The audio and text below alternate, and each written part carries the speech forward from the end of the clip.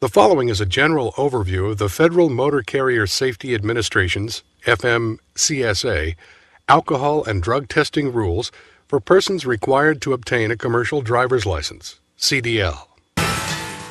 The FMCSA regulations require alcohol and drug testing of drivers who are required to have a CDL. The DOT rules include procedures for urine drug testing and breath alcohol testing.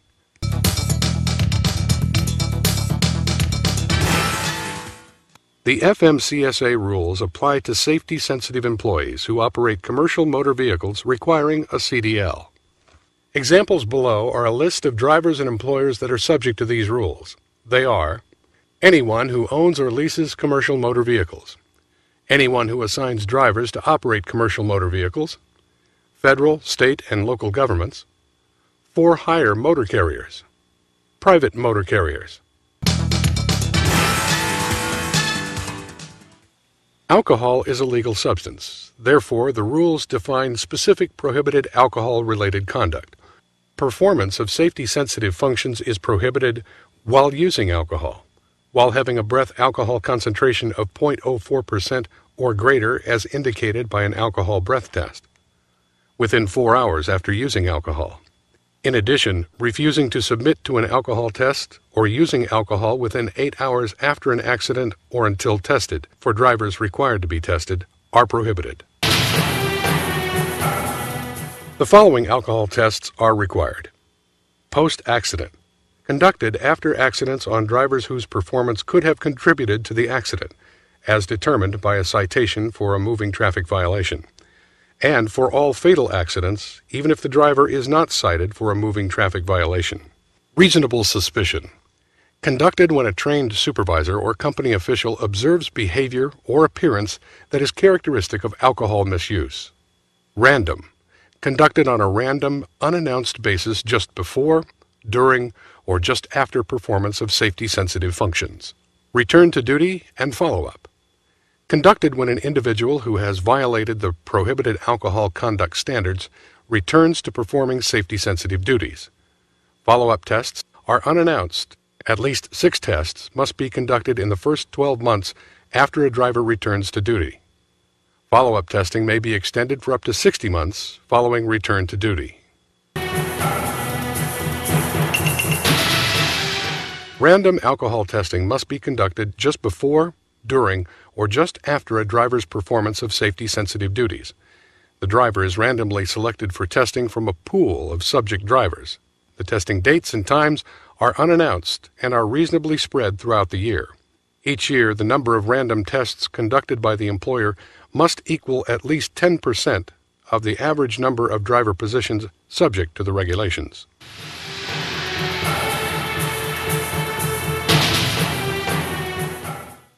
The rules allow for screening tests to be conducted using saliva devices or breath testing using evidential breath testing, EBT, and non-evidential breath testing devices approved by the National Highway Traffic Safety Administration, NHTSA.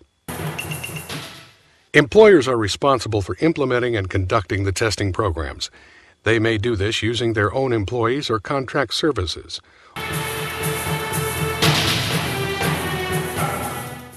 Drivers who engage in prohibited alcohol conduct must be immediately removed from safety-sensitive functions. Drivers who have engaged in alcohol misuse cannot return to safety-sensitive duties until they have been evaluated by a substance abuse professional and complied with any treatment recommendations to assist them with an alcohol problem. To further safeguard transportation safety, drivers who have any alcohol concentration, defined as 0.02 or greater, when tested just before, during, or just after performing safety-sensitive functions, must also be removed from performing such duties for 24 hours. If a driver's behavior or appearance suggest alcohol misuse, a reasonable suspicion alcohol test must be conducted. If a breath test cannot be administered, the driver must be removed from performing safety-sensitive duties for at least 24 hours. Employers must provide detailed information about alcohol misuse, the employer's policy, the testing requirements, and how and where drivers can get help for alcohol abuse. Supervisors of safety-sensitive drivers must attend at least 1 hour of training on alcohol misuse symptoms and indicators used in making determinations for reasonable suspicion testing.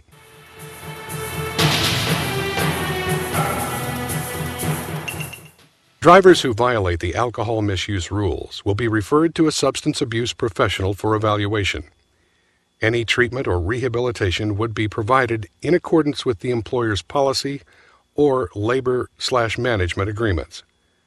The employer is not required under these rules to provide rehabilitation, pay for treatment, or reinstate the driver in his or her safety-sensitive position.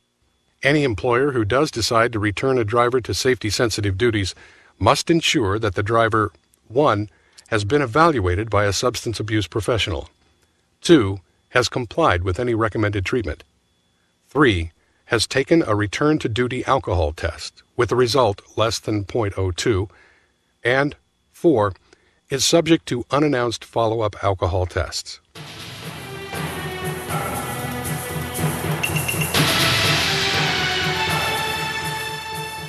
Employers are required to keep detailed records of their alcohol misuse prevention programs. The FMCSA will conduct inspections or audits of employers' programs. Additionally, selected employers will have to prepare annual calendar year summary reports for the FMCSA. These reports will be used to help monitor compliance and enforcement of the rules, as well as to provide data on the extent of alcohol misuse and the need for any future program and regulatory changes.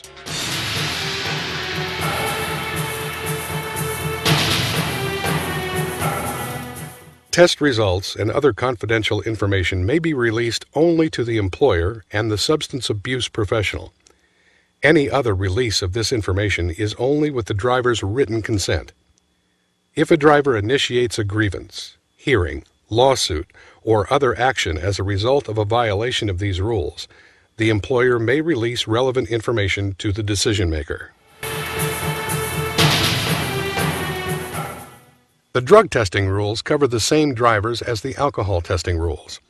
The types of tests required are pre-employment, reasonable suspicion, post-accident, random, return to duty, and follow-up.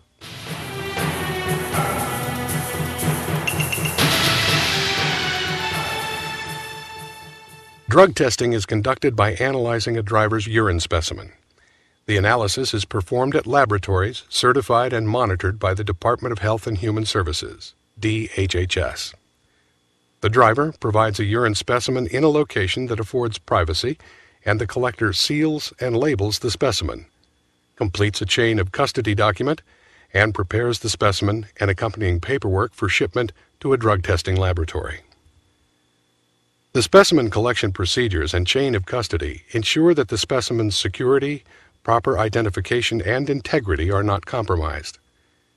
The Omnibus Transportation Employee Testing Act of 1991 requires that drug testing procedures for commercial motor vehicle drivers include split specimen procedures. Each urine specimen is subdivided into 2 bottles labeled as a primary and a split specimen. Both bottles are sent to a laboratory. Only the primary specimen is opened and used for their urinalysis. The split specimen bottle remains sealed and is stored at the laboratory. If the analysis of the primary specimen confirms the presence of illegal, controlled substances, the driver has 72 hours to request the split specimen be sent to another DHHS-certified laboratory for analysis. This split specimen procedure essentially provides the driver with an opportunity for a second opinion.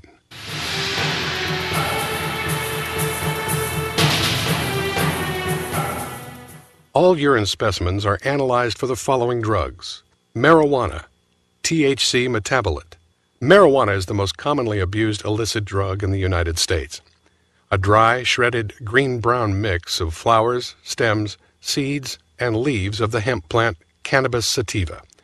It's usually smoked as a cigarette, joint or nail, or in a pipe, bong. It's also smoked in blunts, which are cigars that have been emptied of tobacco and refilled with marijuana, often in a combination with another drug. It might also be mixed in food or brewed as tea. As a more concentrated resinous form, it is called hashish, and as a sticky black liquid, hash oil. Marijuana smoke has a pungent and distinctive, usually sweet and sour odor. There are countless street terms for marijuana, including pot, herb, weed, grass, widow, ganja, and hash, as well as the terms derived from trademark varieties of cannabis, such as bubblegum, Northern Lights, fruity juice, Afghani No. 1, and a number of skunk varieties. Cocaine, a powerfully addictive drug that is snorted, sniffed, injected, or smoked. Crack is cocaine that has been processed from cocaine hydrochloride to a freebase for smoking. Street names include Coke, Snow, Flake, Blow, and many others. Cocaine in any form is a powerfully addictive drug. Cocaine usually makes the user feel euphoric and energetic. Common health effects include heart attacks, respiratory failure, strokes, and seizures. Large amounts can cause bizarre and violent behavior. In rare cases, sudden death can occur on the first use of cocaine or unexpectedly there. Amphetamine is an extremely addictive drug. We'll spend a bit more time on this in a few minutes, as it is addictive and dangerous. Heroin is an addictive drug that is processed from morphine and usually appears as a white or brown powder. Street names include smack, H, ska, junk, and many others. The effects of heroin and opiates include a surge of euphoria followed by alternately wakeful and drowsy states and cloudy mental functioning. Associated with fatal overdose, and particularly in users who inject the drug, infectious diseases such as HIV, AIDS, and hepatitis. Encyclidine, PCP. Illegally manufactured in labs and sold as tablets, capsules, or colored powder, PCP can be snorted, smoked, or eaten. Developed in the 1950s as an IV anesthetic, PC was never approved for human use because of problems during clinical studies, including intensely negative psychological effects. Street names include angel dust, ozone, whack, rocket fuel, and many others. Many PCP users are brought to emergency rooms because of overdose or because of the drug's unpleasant psychological effects. In a hospital or detention setting, people high on PCP often become violent or suicidal. There are other drugs that can easily be identified in the screening process. The testing is a two-stage process. First, a screening test is performed. If it is positive for one or more of the drugs, then a confirmation test is performed for each identified drug. All drug test results are reviewed and interpreted by a physician or medical review officer, MRO, before they are reported to the employer.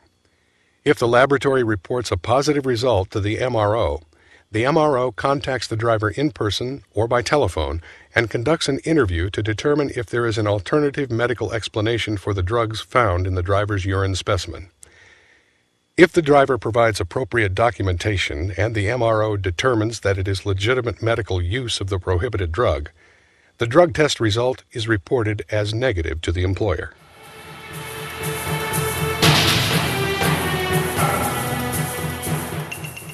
The drug rules prohibit any unauthorized use of the controlled substances. Illicit use of drugs by safety-sensitive drivers is prohibited on or off duty.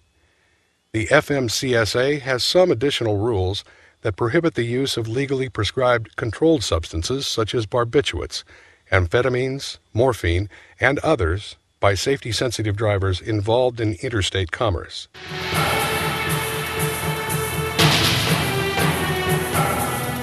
A driver must be removed from safety-sensitive duty if he or she has a positive drug test result.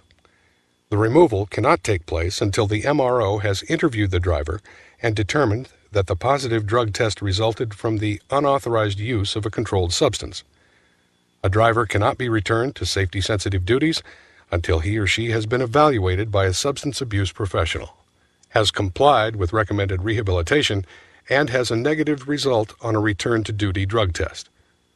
Follow-up testing to monitor the driver's continued abstinence from drug use is also required.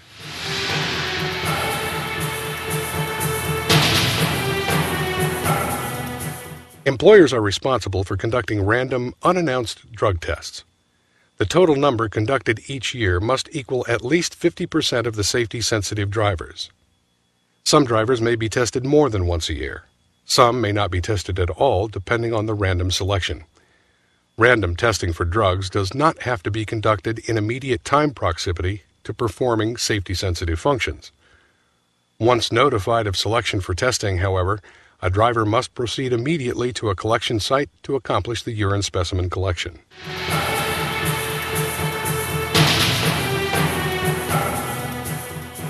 Employers must provide information on drug use and treatment resources to safety-sensitive drivers.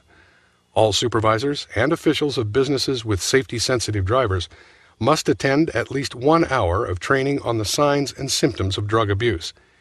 This training is necessary to assist supervisors and company officials in making appropriate determinations for reasonable suspicion testing.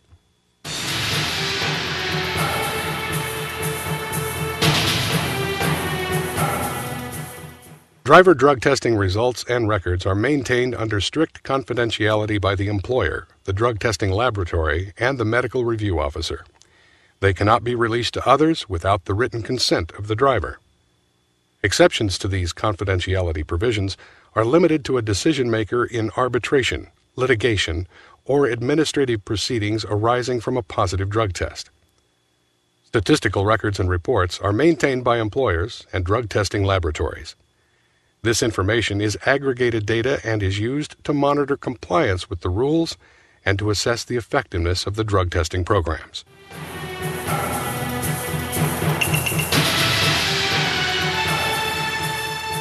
Collection sites and laboratories are adapting their procedures to keep cheaters from passing their drug test. Cheating attempts still take place all the time. However, the odds of cheating a drug test are a long shot and getting longer. More and more companies prefer to have a trained drug test technician, DTT, visit their facilities and have the actual drug test specimen collections performed there, where the employees are on the job. Unlike a busy clinic where specimen collections must take a back seat to the emergencies at hand, a DTT considers a properly performed drug test collection their top priority. This includes taking the special precautions necessary to ensure that the donor, employee, is not attempting to substitute or adulterate their specimen. The second hurdle for would-be cheaters is the testing laboratories. Labs have greatly improved their methods in detecting those specimens that have been tampered with by the donor. Adulterating urine samples, or altering a specimen by changing its concentration, are a common practice that drug abusers use to hide the presence of drugs in their system. Typical adulteration occurs by diluting the urine, either by adding water to their specimen or by drinking large amounts of water to overhydrate themselves. By diluting the specimen, the concentration of drugs becomes less, sometimes falling below the established cutoff marks for detection.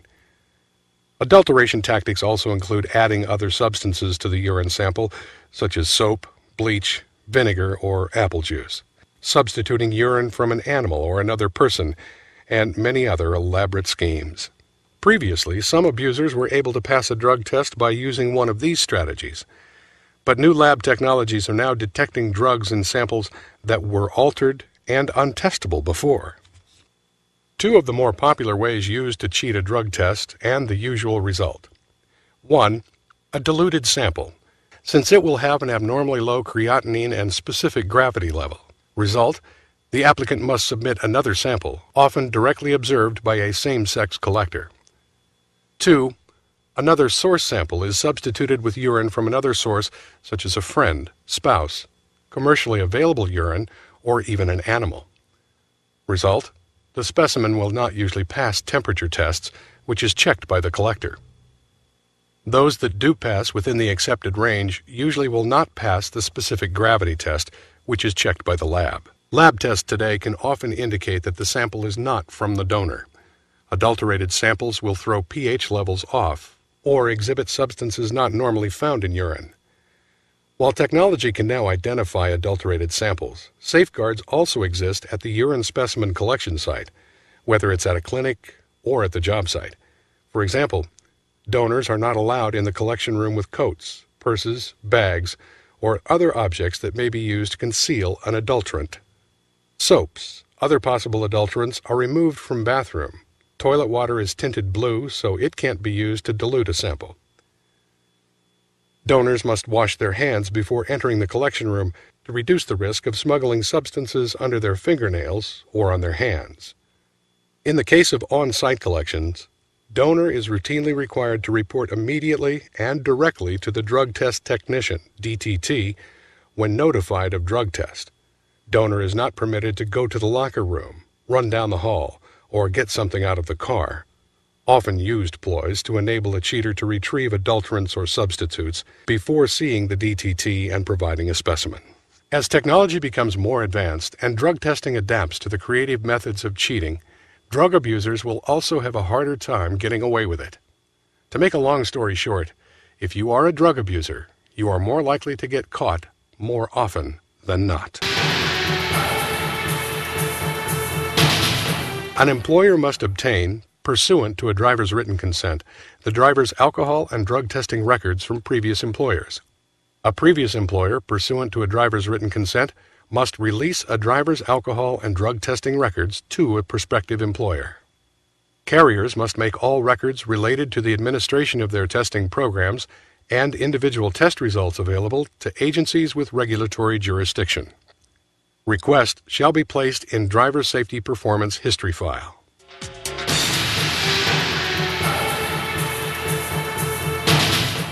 You can go to the FMCSA website, www.fmcsa.dot.gov, or you may contact the Office of the Secretary of Transportation